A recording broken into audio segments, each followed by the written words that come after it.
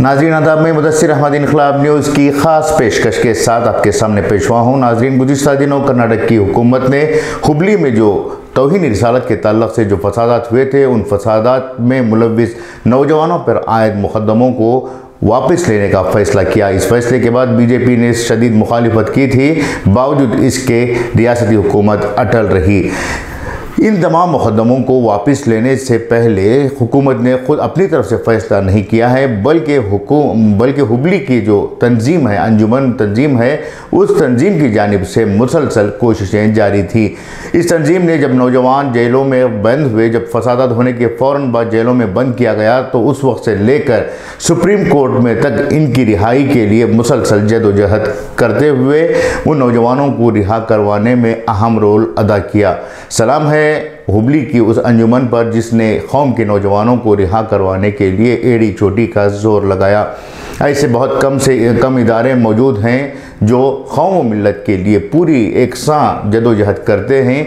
बाज़ तंजीमें और बाज़ लोग ऐसे होते हैं कि शुरुआत में तो हम करेंगे वो करेंगे का नारा लगाकर आगे तो बढ़ते हैं, लेकिन बाद में कुछ दिनों के बाद इनका जोश ठंडा हो जाता है, बिल्कुल उसी तरह से जिस तरह से जवानी में जोश खाने वाले बुढ़ापे में कमज़ोर हो जाते हैं।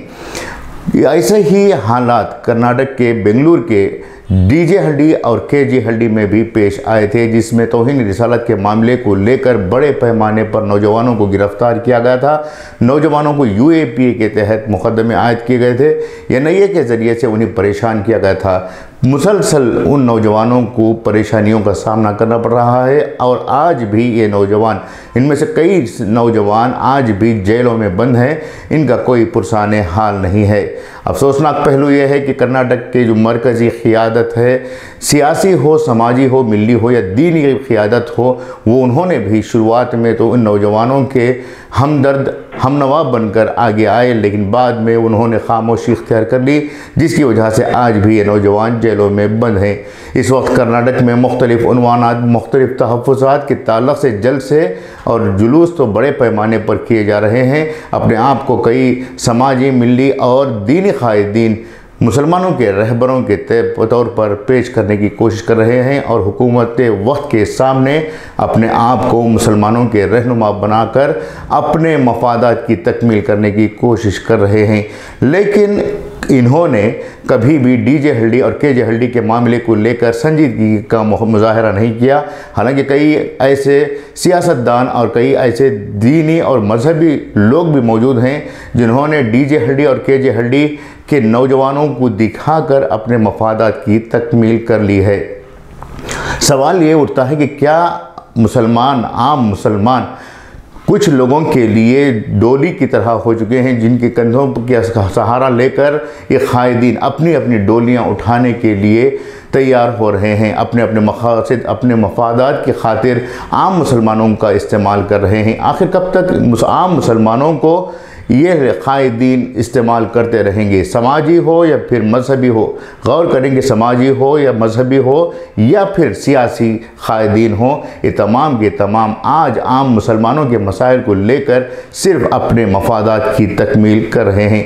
कहा जाता है कि जब शाहबानों का केस मंजर आम पर आया, उस वक्त वो मौलाना उबैदुल्ला आज़मी, जो इस वक्त मुस्लिम पर्सनल लॉ बोर्ड के मेंबर भी बने हुए हैं, उन्होंने शाहबानू केस के ताल्लुक़ से मुल्क भर में अवेयरनेस लाने का मकसद लेकर गाँव से लेकर छोटे शहरों और बड़े बड़े शहरों, यहाँ तक कि दिल्ली तक के लिए भी उन्होंने मुख्तलिफ़ प्रोग्राम करते हुए तहफ़्फ़ुज़ शरीयत के ताल्लुक़ से आम लोगों को बेदार करने की कोशिश की। जब ये मामला पार्लियामेंट में हल हुआ और इसके ताल्लुक़ से मुस्लिम पर्सनल लॉ बोर्ड को जीत हासिल हुई, तब जाकर जो है उबैदुल्ला आज़मी को भी पार्लियामेंट में पहुंचने का रास्ता आसान हुआ, जिसके बाद उन्हें मुख्तलिफ़ मौक़ों पर पार्लियामेंट में नुमाइंदगी करने के लिए मुंतखब किया गया। ज़ाहिर सी बात है कि शाहबानू का केस उबैदुल्ला आज़मी के लिए एक हथियार साबित हुआ पार्लियामेंट में पहुंचने के लिए। मुमकिन है कि आजकल जो तहफ़्फ़ुज़ात के ताल्लुक़ से जो जलसे हो रहे हैं, वो जलसे भी इसी तरह से कुछ लोगों को असम्बली, एमएलसी, एमपी या फिर राज्यसभा के मेंबर बनाने के लिए, रास्ते बनाने के लिए एक मौका मिल रहा है। ज़रूरत इस बात की है कि जो मुसलमानों के बुनियादी मसाइल हैं, उन बुनियादी मसाइल को हल करने के लिए कौम व मिल्लत के समाजी, मिली और सियासी रहनुमा मिलजुल कर बैठ कर इन मसाइल को हल करें। मुसलमानों के 2B रिजर्वेशन का मामला हो, हिजाब का मामला हो, गौकशी का मामला हो, या फिर फसादात में मुलविस होने वाले नौजवानों को, बेखुसूर नौजवानों की रिहाई का मामला हो, इस पर गौर व फिक्र करें और इन नौजवानों को और कौम व मिल्लत के मसाइल को हल करने के लिए एकजुट होकर काम करें। तभी जाकर मुसलमानों के हकीकी लीडर कहलाएंगे, वरना मफाद परस्त या फिर गद्दार ही कहलाने के काबिल होंगे। ये थी आज की खास पेशकश। उम्मीद कि आप लोग इस पर गौर करेंगे। हम लोग सच बताने और सच दिखाने की हमेशा कोशिश करते हैं, लेकिन न जाने कुछ लोगों को ये हजम नहीं होता।